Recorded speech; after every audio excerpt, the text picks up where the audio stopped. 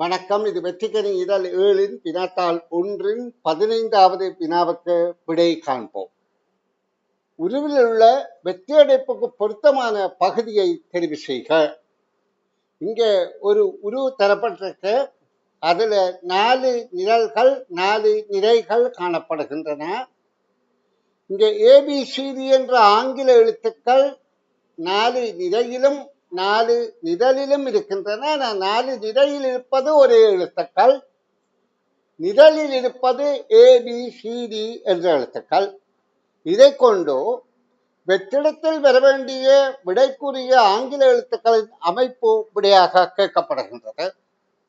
அப்ப இந்த ஆங்கில எழுத்து நாங்கள் இதுல உருப்படியாக முழுவதிலும் ஒரு நிலையில் இருப்பது ஒரே எழுத்துக்களை கவனித்தால் A இருக்கின்றது, D இருக்கின்றது. இப்ப A முதலாவதுல கிழக்கு திசையிலும் அடுத்ததுல வடக்கு திசையிலும், அதாவது முதலாவதுல இது கிழக்கு திசை, இது வடக்கு திசை, இது மேற்கு திசை, இது தெற்கு திசையாக மாறி இருக்கின்றது. அப்ப அது இப்படியாக சுற்றுகின்றது. இது மணிக்கூட்டு முள்ளுக்கு எதிரான சுற்றுதல் இடஞ்சொலி என்று சொல்லப்படும்.